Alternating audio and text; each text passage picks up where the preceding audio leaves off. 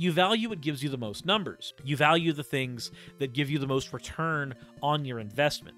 This is the end result of having a news organization run entirely on the concepts of capitalism as opposed to the concepts they're supposed to be ran off of.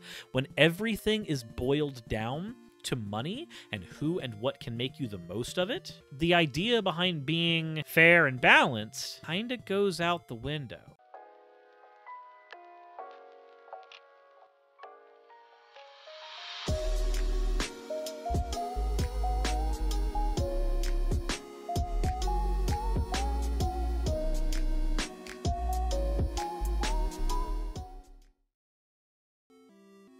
But guys, there was recently a leak. Well, not really a leak, but some documents that came out because of a court case against Fox News. It basically showed that a good chunk of Fox News broadcasters are kind of fucking liars. Kind of liars. And will just say things for the purpose of making sure that they will gain watchers, viewers, etc. Shit that they don't actually believe. Ever. But let me go ahead and get into that here in just a second. But before we get into anything, let's go ahead and get into the fan art section. First piece of fan art we have here is from Axo that has cream. Is the hammer big enough yet? Slime Suris is tall and angy compared to this hammer. The next one we have here is from Hoodie Rose. Oh no! Black Hole Chan is so dummy thick that her gravity attracted Dumpy right into her mouth. Don't say Dumpy and mouth at the same sentence. I sketched this drawing on paper and then did the line art in color digitally. I am quite happy with how it turned out, but backgrounds are still the bane of my existence. You say the background's the bane of your existence, but I'm gonna be honest, this looks fucking great. Bane of your existence? No. I think this is good. She looks so sad. Did you really just eat Dumpy again? There's a Dumpy in her mouth. Anyways, as always, everybody, thank you all for your fan art submissions. If you want your fan art to be shown in a future video, the best way to do so is to drop it into the fan art section of the Discord. With that all said, hit the like button if you haven't already. Subscribe if you haven't already. Sell your firstborn. I'm kidding. Don't do that one, actually. Hit the bell notification icon. And let's get right into today's topic. The corruption at Fox News is worse than you assumed, according to this particular article. Isn't it comforting to have your worst suspicions confirmed? Only sometimes? Last week, the release of a legal filing in Dominion's voting system's $1.6 billion defamation case against Fox News disclosed text messages, emails, and deposition testimony of Fox hosts and executives that provided a rare look at the inner workings of a propaganda outfit that masquerades as a news network. They revealed that Fox and its on-air personalities relentlessly validated and amplified Donald Trump's big lie about the 2020 election, even though they knew that his claim of a stolen election was utter bullshit. The network, which has billed itself as fair and balanced, endorsed in advanced Trump's dangerous disinformation campaign and actively aided his effort to subvert American democracy. The result? A violent attempt at insurrection in the U.S. Capitol. Can it be worse than I already expected? By now, you may have heard or read about the specific examples cited in the legal document. Fox's top hosts and network executives were texting each other and noting that the election conspiracy theories, especially the crap pushed by lawyers Sidney Powell and Rudy Giuliani about Dominion supposedly rigging its voting machines to deny Trump victory, were bogus. Undeterred, Fox kept promoting this nonsense. When a Fox reporter fact-checked these notions and found them baseless, host Tucker Carlson texted host Sean Hannity, "Please get her fired. Seriously, what the fuck? I'm actually shocked. It needs to stop immediately, like tonight. It's immeasurably hurting the company. The stock price is down. Not a joke." When then White House correspondent Kristen Fisher vetted the absurd claims made by Powell and Giuliani, she received a call from her boss who told her that the higher-ups at Fox News were also unhappy with it. Fisher then needed to do a better job of respecting our audience. According to the legal filing, the most bonkers of Fox hosts Maria Bartiromo, Lou Dobbs, and Janine Pirro provided a platform for the most deranged allegations, even when they had good reasons to know that they were unfounded. Bartiromo hosted Powell and gave credence to her cockamamie charge after Powell had sent her a bizarre email from a supposed source for Dominion allegations who claimed it was internally decapitated and yet, or I was internally decapitated and yet I live. The wind tells me I'm a ghost, but I don't believe it. Carlson repeatedly told his Fox colleagues that Trump was dangerous, suggesting the network could not honestly and accurately cover his election lies without risking terrible consequences. Not for democracy, but for Fox News. He says, what Trump is good at is destroying things. He's the undisputed world champion of that. He could easily destroy us if we play it wrong. In a text sent to his producer late on January 6, 2021, Carlson called Trump a demonic force, a destroyer.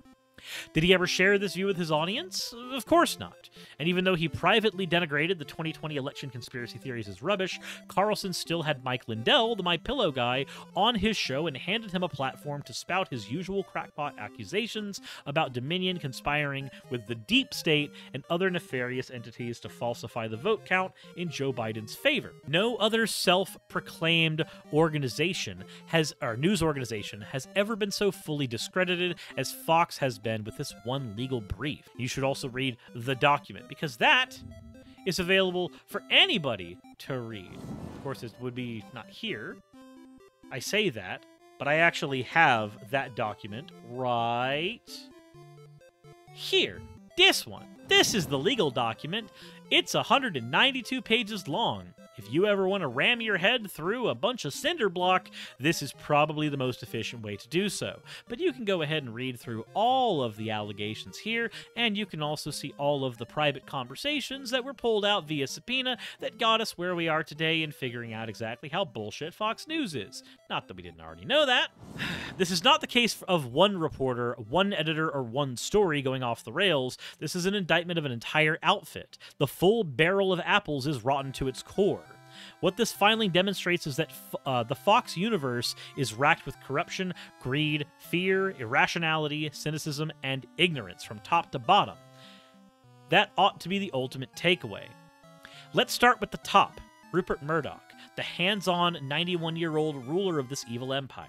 The filing notes that Murdoch and his son, Lachlan Murdoch, were regular participants in the twice-daily editorial meetings for the network during the 2020 post-election period.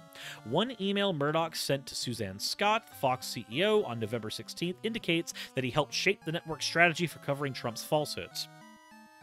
Responding to a Wall Street Journal article about Newsmax, a far-right website that has leaned hard into election conspiracy claptrap and that Fox execs eyed warily as competition, he wrote, "Those people should be watched, if skeptically. Trump will concede eventually, and we should concentrate on Georgia, helping any way we can. We don't want to antagonize Trump further, but Giuliani taken with a large grain of salt. Everything at stake here." In italics, it reads here, "helping any way we can." For Murdoch, that was remit that did not call for honest and straightforward reporting. Murdoch comes across as a real-life version of Succession's Logan Roy, fully in charge of Fox, fully dominating the corporate hierarchy, and fully capable of stopping its coverage of what he privately called really crazy stuff. According to the filing, Murdoch at one point asked Scott whether it was unarguable that high-profile Fox voices fed the story that the election was stolen and that January 6th was an important chance to have the results overturned. Fox executives responded with 50 examples of such instances when it did precisely that. Yet Murdoch, as far as we know, never gave the order to knock off promoting Trump's garbage. The network continued to push this unfounded paranoia. Why? The irrational ignorance of its viewers and the network's money grubbing. Basically, guys, this is what happens when instead of valuing what is true and right and your honest opinion, you value what gives you the most numbers. You value the things that give you the most return on your investment. This is the end result of having a news organization run entirely on the concepts of capitalism as opposed to the concepts they're supposed to be ran off of.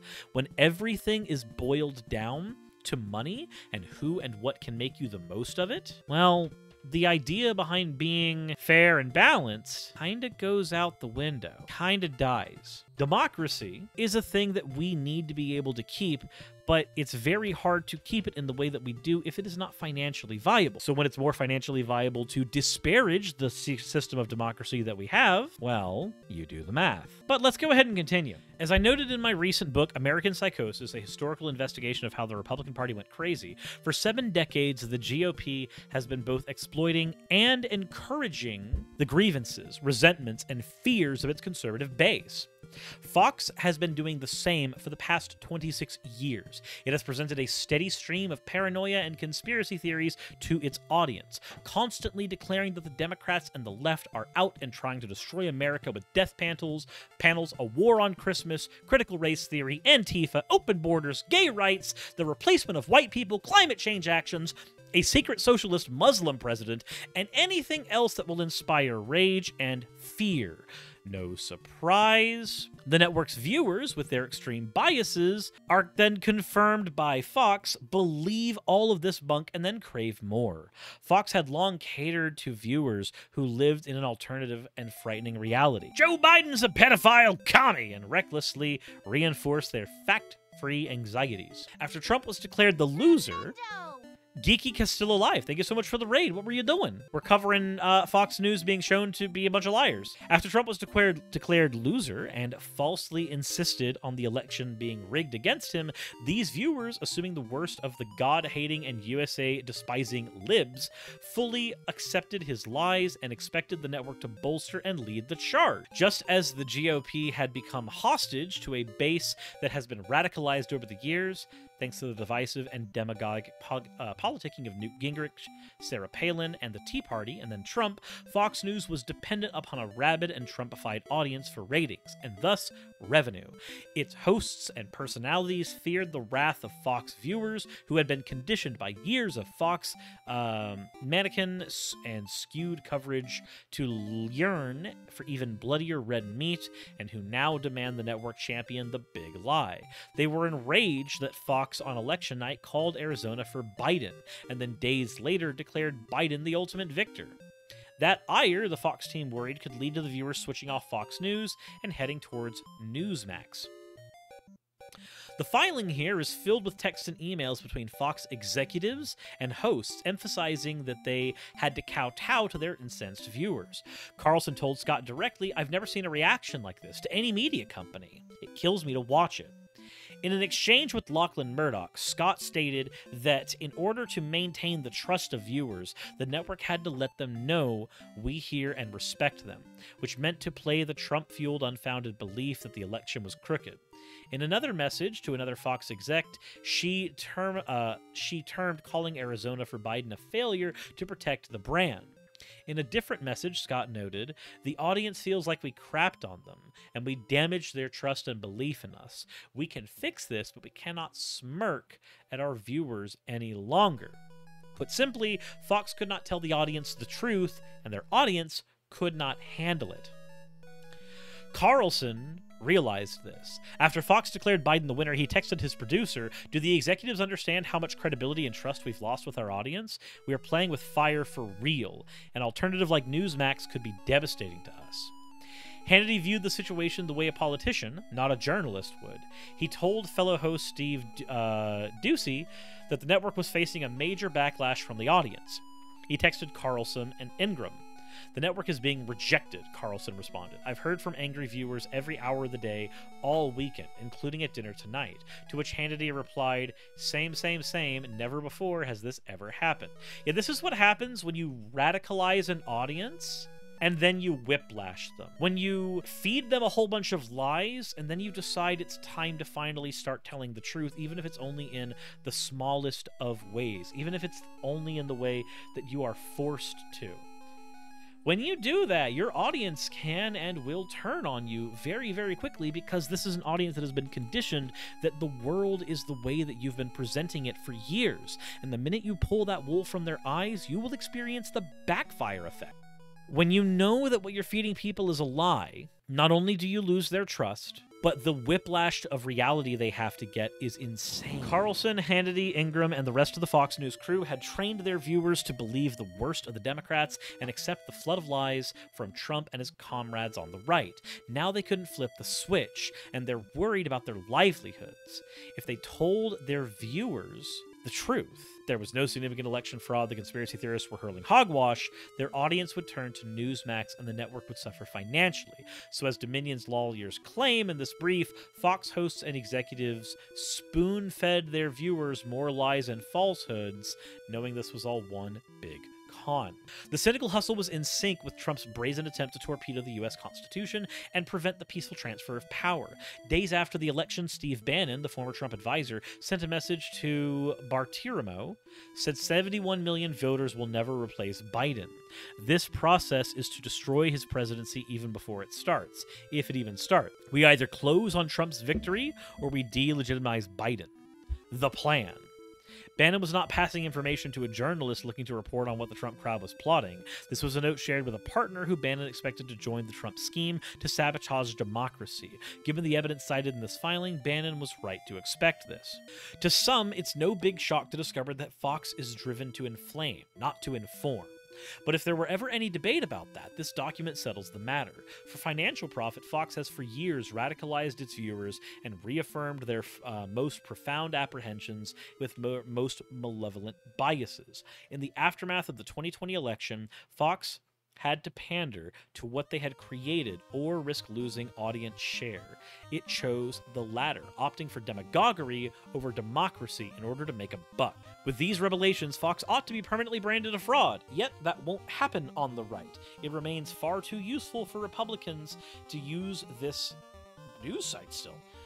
They still have a hold on the party's far-right and extremist base, which itself has a hold on Fox. On Monday, Axios reported that House Speaker Kevin McCarthy was given Carlson exclusive access to 41,000 hours of Capitol surveillance footage from the January 6th riot.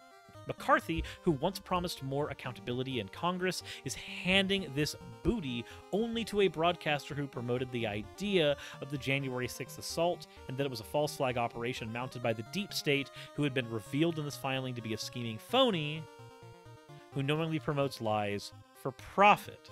In its brief, Dominion accurately declares, broadcasters make choices about what to air. While that platform comes with tremendous power, it also carries an obligation to tell the truth. Its coverage of the 2020 Fox decided to use its megaphone to spread falsehoods. It deceived millions of people. Its coverage of the 2020 election was no anomaly. This episode illuminates the fundamental nature of Fox. Defamation lawsuits are often threats to reporters and journalism overall. But in the Dominion case against Fox, for Murdoch's company is being exposed for what it is, a disinformation for-profit noise machine controlled by a vile billionaire and operated by a pack of jackals who distort and pervert the national discourse. Whatever happens in this case, it's a win for truth. And that's how the article ends, and that's where we have to begin the part of our conversation, which is, what do we do with this information? I'm going to provide a link to you in the chat real quick. This link right there. This is a link to the entire Fox News document. This is a link to the entirety of Dominion's claims against them and the subpoenaed information that was pulled to come to the conclusion that Fox News was basically feeding a bunch of bullshit. This is what happens when a company is ran purely for profit and not for any actual truth. This is a thing that I think also happens here on YouTube with a lot of content creators. There's a lot of people who don't speak for what they believe in, they speak for what makes them the most money. Now, in some cases, that can prove pretty good. There might be people who are really, really, really bigoted deep down, and they choose not to showcase that and instead show their more wholesome side on stream or on YouTube videos because that makes them more money. In situations like that, this works out because there's less bigotry being spread everywhere. But then there's situations like what happens with, say, Steven Crowder or Blair White, where they might not believe a lick of what they say, but they know the words that will stoke the flames of their audiences, and as a result, they will do everything in their power to keep that money flowing. And they keep that money flowing by feeding that radicalized right-wing base, largely just doesn't give a flying shit about truth. Said as Carlson didn't want to lose viewers to Newsmax. Basically.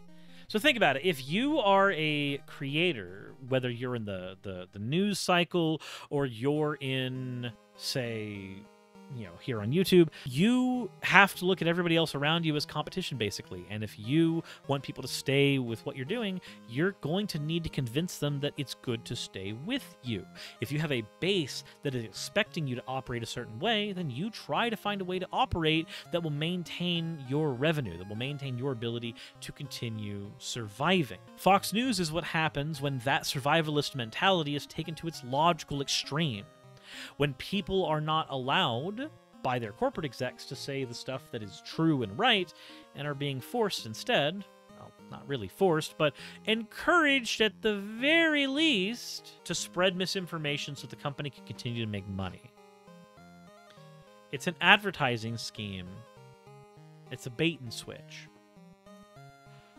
We've said multiple times over the past few years that Fox News is a phony news agency, and they've even had to label themselves as news entertainment as a way to protect themselves legally. But in times like this, it's important to note that this is the type of thing that can completely destroy a network and ruin its rating, which can lead to either network reform or, alternatively, it leads to a different network dominating the airwaves. On public television right now in the United States, there are two networks that dominate the airwaves when it comes to news. They're CNN and they're Fox News, and they're largely in competition with one another. They largely speak to different bases, though. They talk about politics a lot, because politics are news. And these two companies would do anything to disparage and disprove the other company, because they're not here to make more people Republicans. They're here to take people who are Republicans and make money off of them.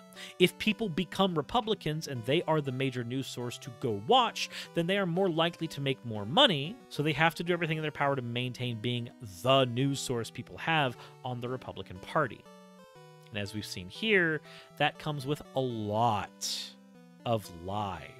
Rhea Kamushi says, I've been confused as to how the American public doesn't see Fox News as just a tabloid, but instead of celebrities, they talk about politicians.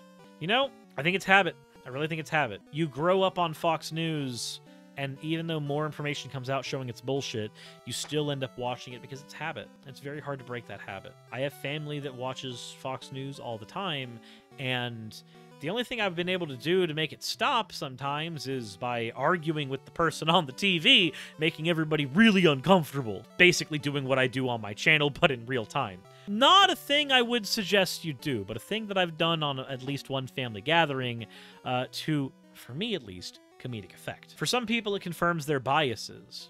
They don't care if it's true or not, they just need to care that they feel it's true. Whether or not something is demonstrably true doesn't matter to them. Whether something feels true does. But they'll never admit that. The problem is that it's very hard to convince somebody that they're denying reality. It's very, very difficult to convince somebody that the world that they see on the screen is a facsimile created to conform to their particular, in some cases, psychoses. Not all the time, but given Fox News, I wouldn't put it past them to enable bad behaviors of some of the more vulnerable. Sarah Chikorita said it's a cult tactic. Yes, it is. But when your goal is to make money and the way to make money is for people to watch your stuff, there are people who will engage in the same cult tactics. I mean, after all, why do you think I have channel lore? Why do you think my community contributes directly to the channel lore? There's a method to the madness, and all content creators on every single blend of the spectrum use these tactics to some degree. The thing that matters most is, once those tactics are used, what kind of people are you cultivating in that community? Are you creating a wholesome community that's safe for a bunch of people? Or are you creating a community of radicalized extremists that expect the world around them to crumble at any minute? It's up to you to figure out which community you want to create or be a part of. GeekyCast still alive. Thank you very much for redeeming your points for an owl. But with all that said, guys, let me know what you think in the comments section below. Hit the like button if you haven't already. And as always, everybody, insert end of video tagline here.